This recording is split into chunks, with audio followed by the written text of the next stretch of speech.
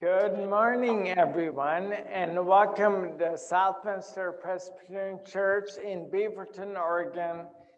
As I drove to church today, it was so beautiful just recognizing all of the God's wonders all around us and knowing that on most October mornings, I would be coming to a parking lot filled with cars, and you're not here, but I'm glad that we have a way to connect always.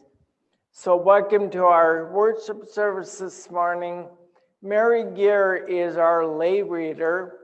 I do want to make mention that I encourage you to come and join us next week as we start our stewardship campaign. And we have a special guest for you that will be in the church leading us in music and doing some special music. The one, the only Andrew Maldrelli will be with us. So I encourage you to be here. It'll be a fun, celebrative Sunday. And I know the women had a retreat yesterday, and it was well attended. And I saw some pictures on Facebook and all the hats that they wore. And I'm glad that some of them are here this morning. I'm not sure if some of them are zoomed out or not.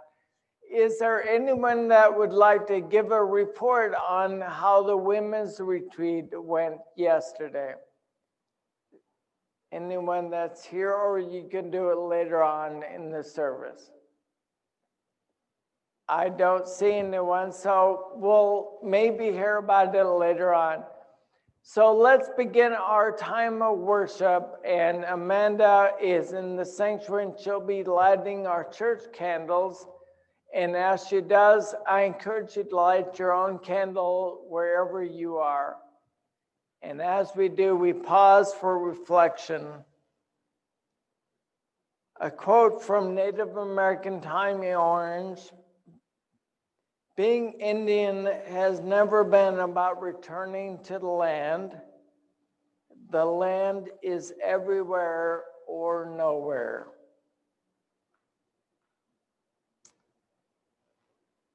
We begin with our call to worship. The earth is our mother. Whatever befalls the church befalls the sons and daughters of the earth. This we know. All things are connected like the blood which unites one family. All things are connected. We did not weave the web of life. We are merely strands in it. Whenever we do to the web, whatever we do to the web, we do to ourselves. Yes, all things are connected. Our first hymn is entitled Blue Boat Home. So let's celebrate the space, the world that we live in. Mary, if you could read the Hebrew readings and the other voice. Okay, the Hebrew reading comes from Psalm 1, a book of Psalms by Stephen Mitchell. Blessed are those who have grown beyond their greed and have put an end to their hatred and no longer nourish illusions. They are present in the way things are and keep their hearts open. They are like trees planted near flowing rivers. Their leaves will not fall or wither. Everything they do can succeed. And another voice, the prophecy of Crazy Horse.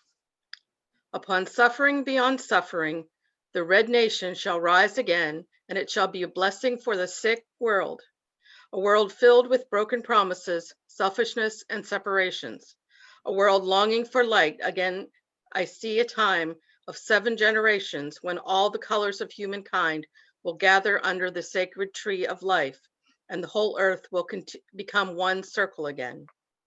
On that day, there will be those among the Lakota who will carry knowledge and understanding of unity among all living things. And the young white ones will come to those of my people and ask for this wisdom. I salute the light within your eyes, where the whole universe dwells. For when you are that centered within you, I am in the place within me. We shall be one. Wende Yaho. Wende Yaho. This is a Cherokee statement of faith and greeting. Literally translated, it means I am of great spirit. It is so, or simply amen. The Lakota medicine man Lame Deer says that the Great Spirit is not like that of a human being. The Great Spirit is a power that lives in us.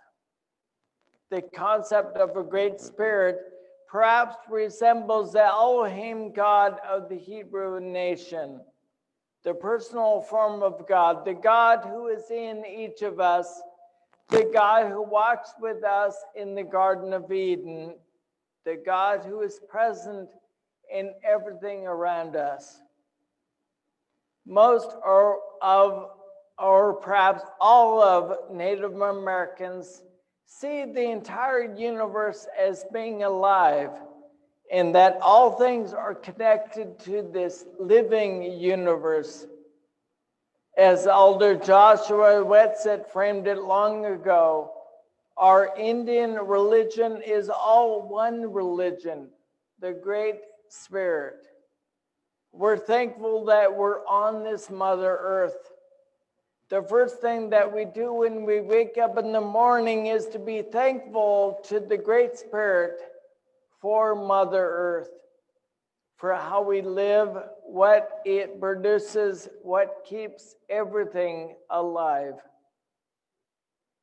In the myths and legends of the Cherokee people, there is a belief concerning a mysterious lake. It is said that all the mountain animals know about this mysterious healing lake and go there to get healed of their wounds. It is said that the black bear, when it is wounded by hunters or in a battle with another bear or large animal, the black bear will make the long journey to this mysterious lake. Arriving at the edge of the lake, the black bear will plunge into the cool, refreshing lakeside waters on one side of the lake, then swim across the lake to the opposite shoreline. Legend says that when the black bear exits on the opposite shore, they're completely healed all of their wounds. Healing waters are the things of legend and myth that exist throughout the world and throughout cultures. Healing waters breathe life into our very soul.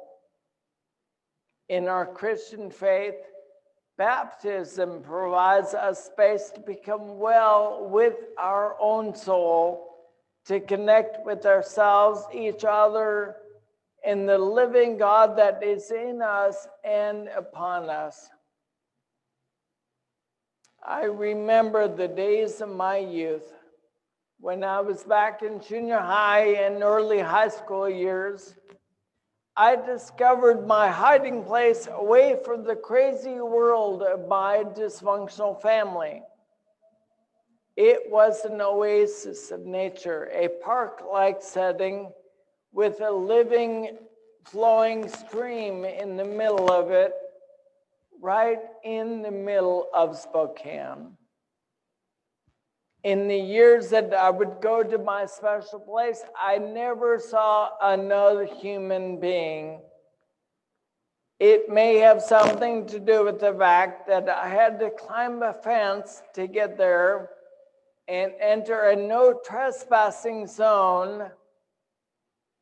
Those were the days of my youth. But that place, that special place became my second home. A place where my soul would come to be re-energized and replenished. I would go there to read the Christian Bible or just toss rocks into the stream. But mostly, I would go there to listen to my soul, and to be in touch with Spirit. These days, I don't have that space to go to anymore. But I do have the luxury of coming to our church building. I come here on most days. Some days I just come to the sanctuary to sit in the quiet space to reflect. So many worship services and events have happened in this place over the years. So many encounters, so many moments. And now it is still kind of a surreal place to preach in this empty sanctuary in front of Jason, in front of a camera. Oh, how I miss your physical presence in this space. I miss the laughter and the tears and the hugs and the gathering in a circle. Those memories and this space have sustained me these days. All of us carry those places with us that we might call safe and sacred, places that feed our very soul, places that we have shaped and that have dramatically shaped us as well.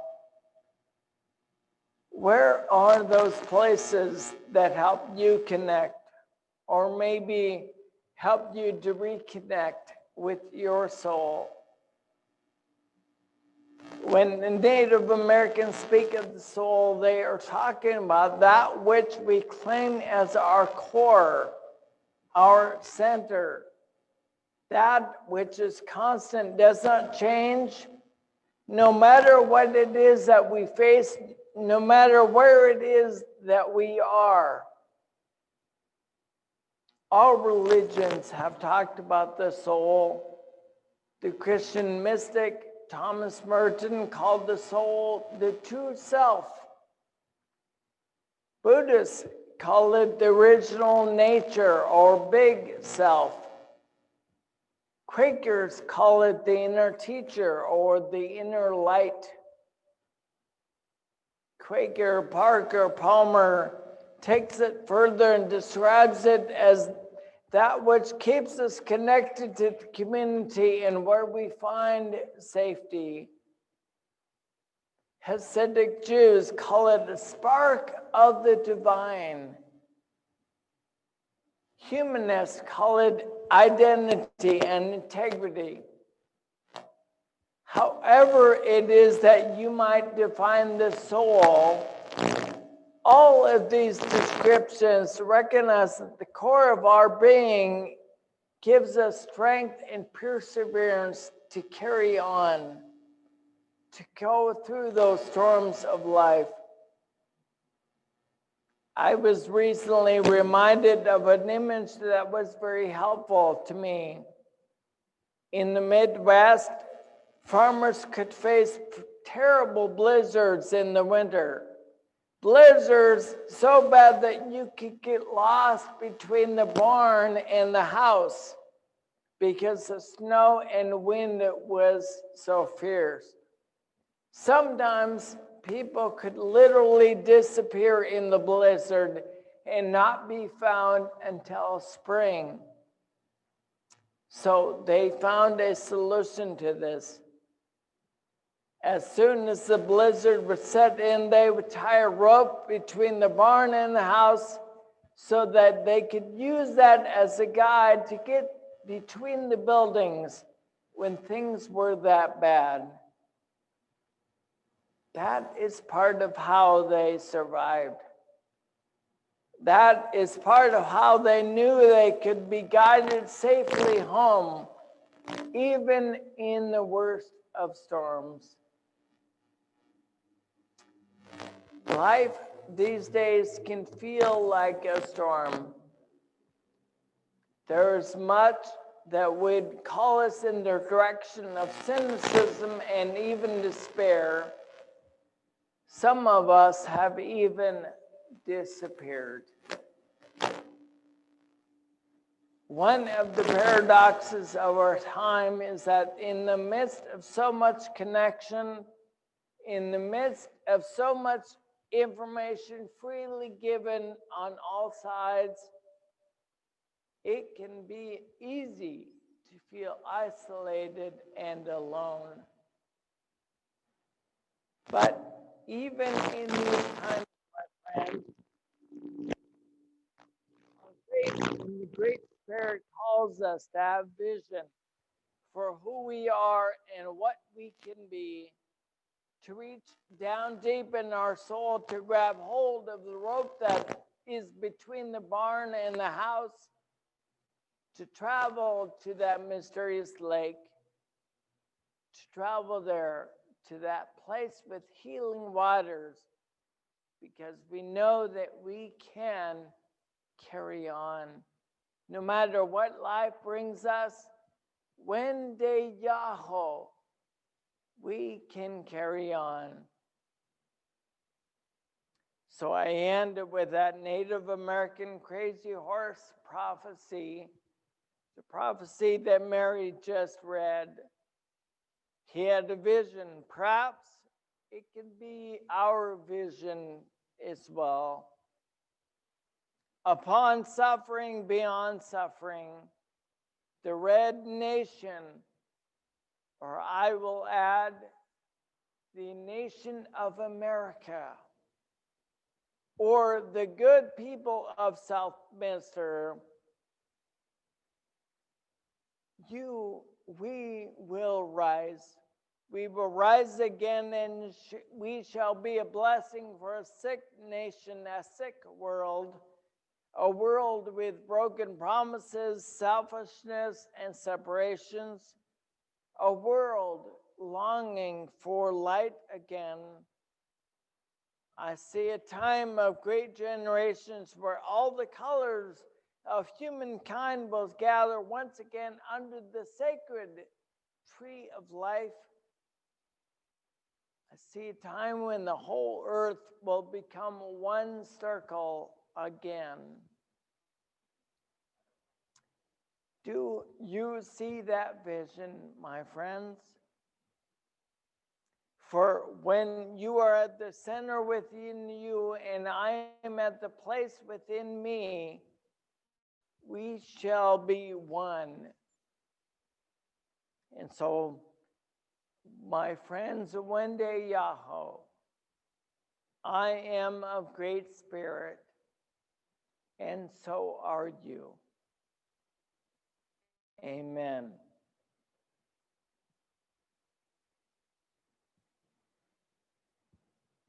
So we're gonna play the video When Day Yahoo before we go into our small groups.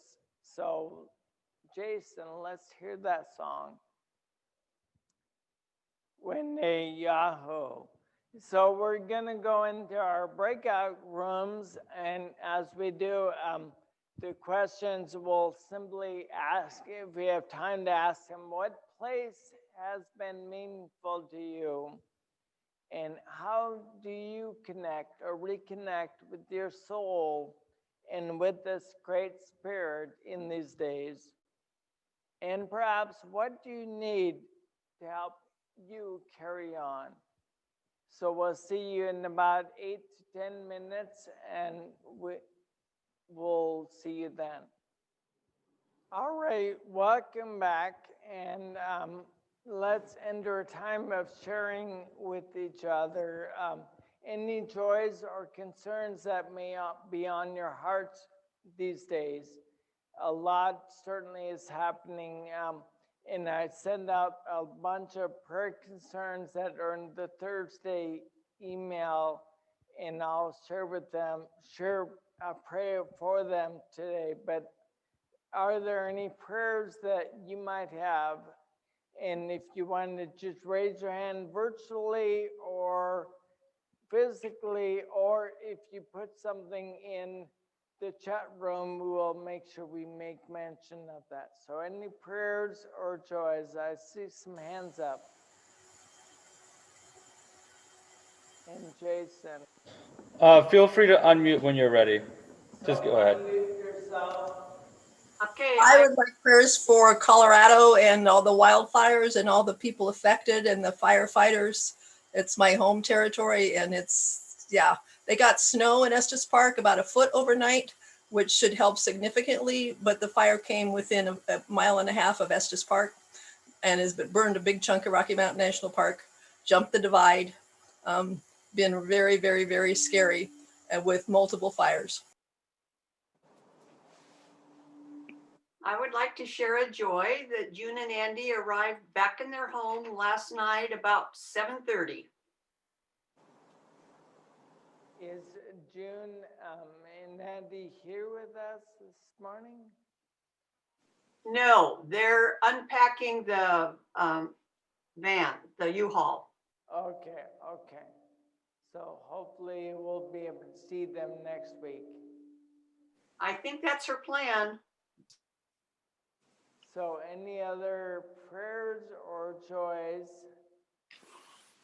And Amanda. So it looks like Barbara Walker, her best friend's husband, has just tested positive with COVID-19. So prayers for him.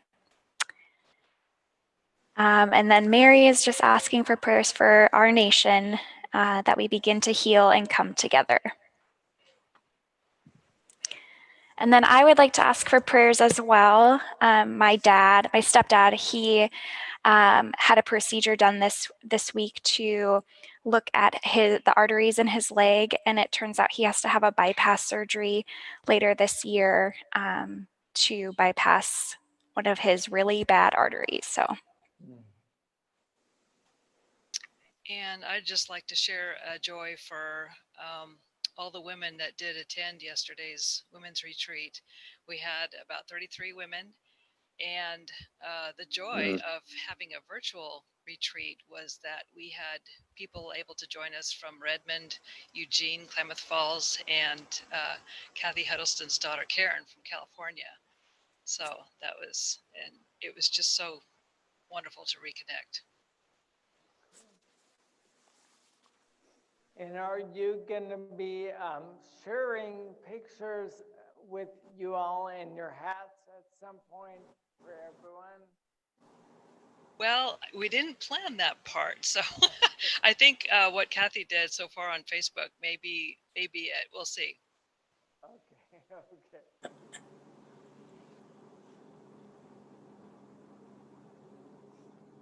All right, well, let's take a moment. Marilyn, did you have something? Oh, I just wanted to ditto Audrey. I was going to speak before she did, but I think it was a real joy and a great accomplishment by Audrey and Kathy particularly to make that technology work and for everybody to come together. And one participant was saying at the end, "Can you do this again soon?"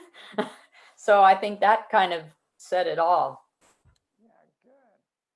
I was just thinking maybe we should have a hat Sunday here, because that was so fun on Zoom to see these really creative creations, or we could do some kind of show and tell here for church. Anyway, Yeah. I'll be quiet now. Hey, next weekend is Halloween. We can all wear our Halloween costumes to church.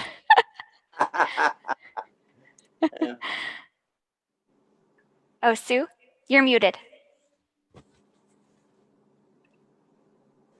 So I there's- have my Halloween costume on from Korea. Don't be scared.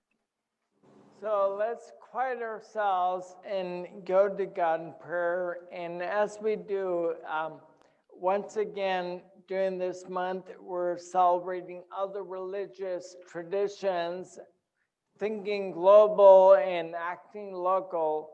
And as a part of the meditation part of the prayer, I will share some sayings from the Native American religion. And as I do, if you could just focus and center yourself upon those words, perhaps reconnect with your own soul. So let us begin our prayer time.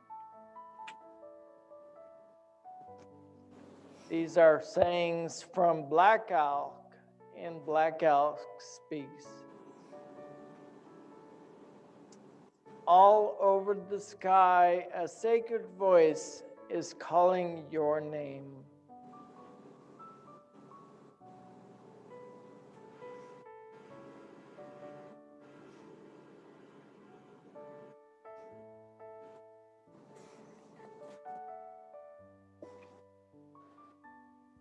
Peace will call and come to the hearts of people when they realize their oneness with the universe.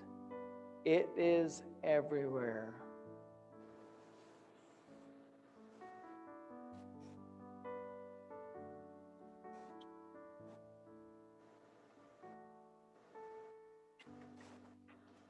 At the center of the universe dwells the Great Spirit. And that center is really everywhere.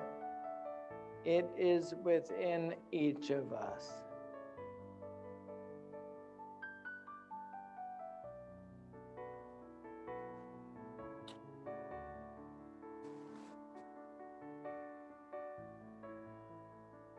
Like the grasses showing tender faces to each other, thus we should do, for this was the wish of the grandfathers of the world.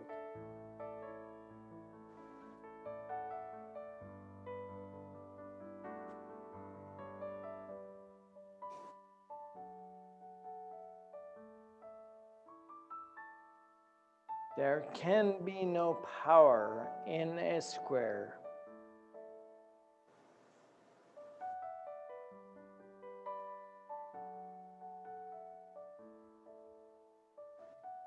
Great Spirit of life and love, remind us all of the blessings we know.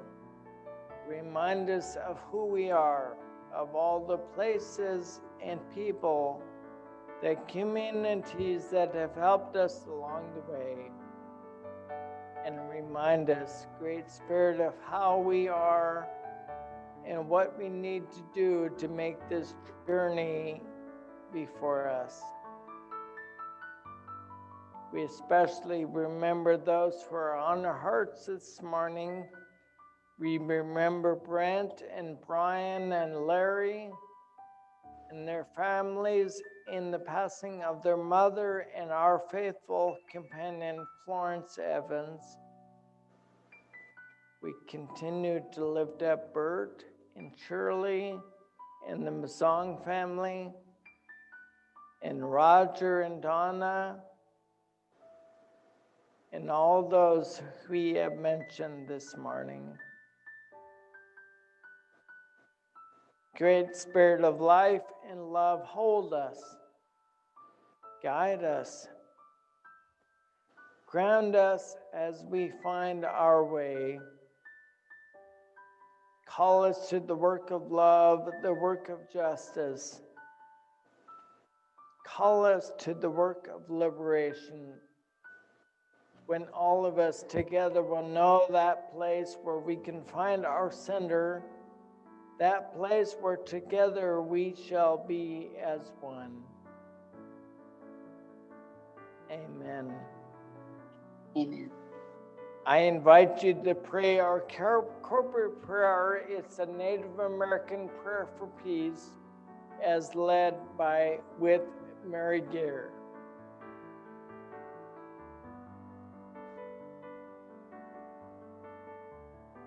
O great Spirit of our ancestors, we raise our peace pipe to you, to your messengers, the four winds, and your Mother Earth, who provides for your children.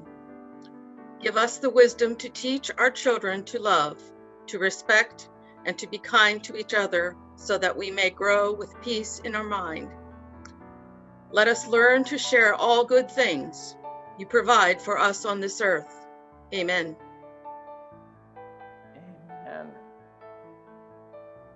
So I want to take a moment for some announcements that we can share with each other. And we have one final hymn that will, actually it's a video song that features people from all over the world. So we'll use that as our closing song for today.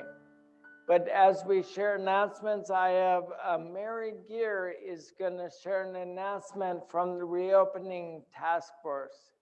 Mary. Well, I want to let everyone know that myself, Matt Schultze, Sandy Ruff, Craig Butler, Jason Sabino, and Dawn, we're all meeting, and our one goal is that we can open up tomorrow, but that just isn't feasible. We were hoping to be able to open up at the beginning of November, but with the way things are going right now, Craig and Sandy are our statisticians and watchers. They keep really up to date on what's going on in the state and in the county. And we just are at a point where we can't, in good conscience, open up to even the small groups. We were hoping to do that soon. We're taking it 1 month at a time right now. And as soon as we feel that it is safe for people to start getting together, we will get in action, and we're making plans right now for everything that we need to do once that happens so that we're ready. But just be patient and know that as soon as it is feasible for us to get together, we are on it, and we'll let you know, and hope that you're patient with us and know that we're looking at everyone's health at this so that we're all safe. Thank you, Mary. And certainly you can email any one of us on the task force that Mary just mentioned. And as you had heard, we are hoping to start small groups being allowed to meet in November. And we decided to push that back until further notice. So,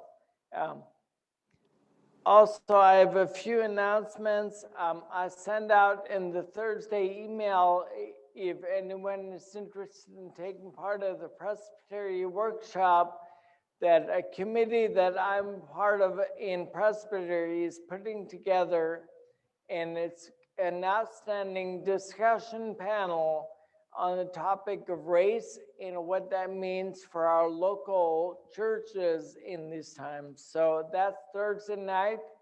You will need to register soon and be able to watch a video before that, but let me know if you have any questions.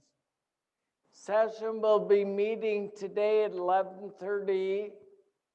We are going to be adopting all of the work that the pastor nominating committee has been doing so far as a mission statement and some other things. And all of this is good news. The pastor nominating committee has passed one huge hurdle and is getting closer to be able to invite a pastor into this place. So that's at 11:30. And one final announcement, and I will send out an email on Thursday with more information, but we're gonna hold a prayer vigil on November 3rd. That's election day, that's a Tuesday.